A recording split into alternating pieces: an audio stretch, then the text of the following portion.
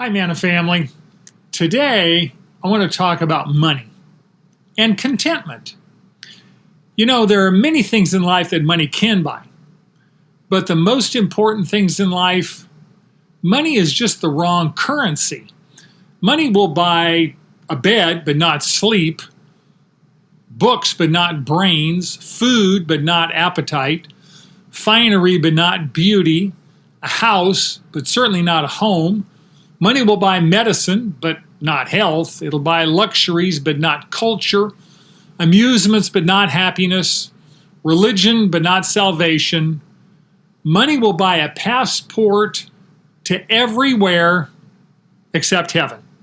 So we need to put money in perspective. We want to buy a bed, but we really don't want the bed. What we really want is a good night's sleep. What we believe is if we have enough money, we can buy just the right bed that'll put us in dreamland for 8 hours. Money's not a good or a bad thing. It's a neutral entity. It's a tool. But it's a tool that certainly has limitations. It's what we get into trouble over is when we believe that money is the universal solution to all of life's problems. That's when greed kills contentment and money begins to consume our lives.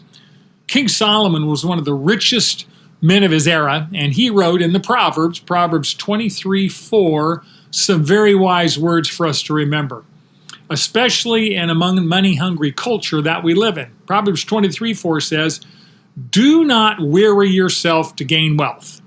Cease from your consideration of it. When you set your eyes on money, it is gone.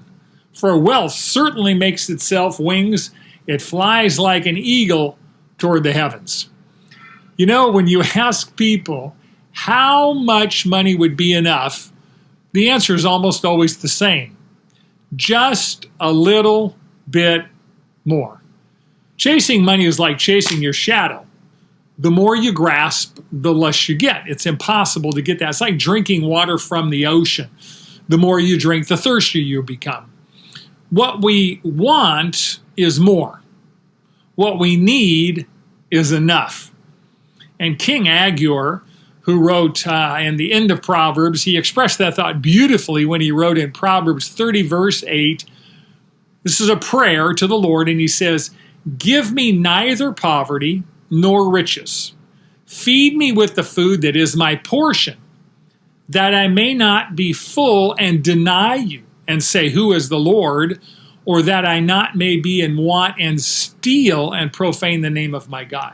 So King Agur is praying a prayer of contentment. It's a prayer for not more or less than what I need. You know, it's interesting. Feed me with the food that is my portion is saying the same thing as Jesus taught his disciples to pray when he said, "Give us this day our daily bread." Both of those prayers acknowledge that God is the source and he determines how much our portion should be for each day. You know, at Thanksgiving, I generally eat more than my portion for that day. I have been known to eat myself into a coma, otherwise known as a long nap. Human nature is that way. You know, we really believe that more is better. The key question is more of what? It's really not the quantity of our earthly treasure that matters, but the quality of our relationship with God that matters. And King Agur's prayer here is that too much or too little on earth is going to harm his eternal relationship with the Lord. And really, only the Lord knows how much I need, how much or how little I need. If I have too much, then I become proud, and I don't believe I need the Lord because I'm trusting earthly treasures instead of the Lord. On the other hand, Agur is concerned if I have too little, then I might be tempted to break the law, steal, and profane God's name and dishonor him in the public square.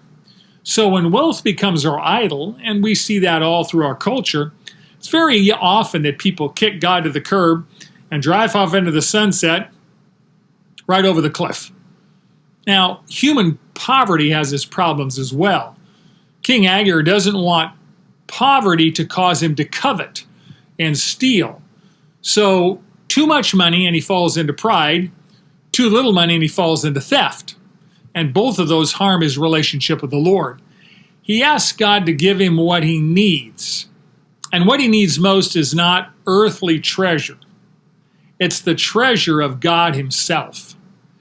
The only way that we will be content ultimately with whatever God chooses to provide is when we value God more than whatever he provides us.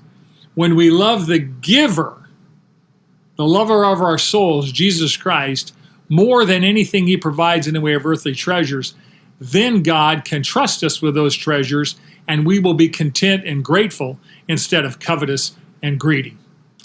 Remember, God designed us to do life together.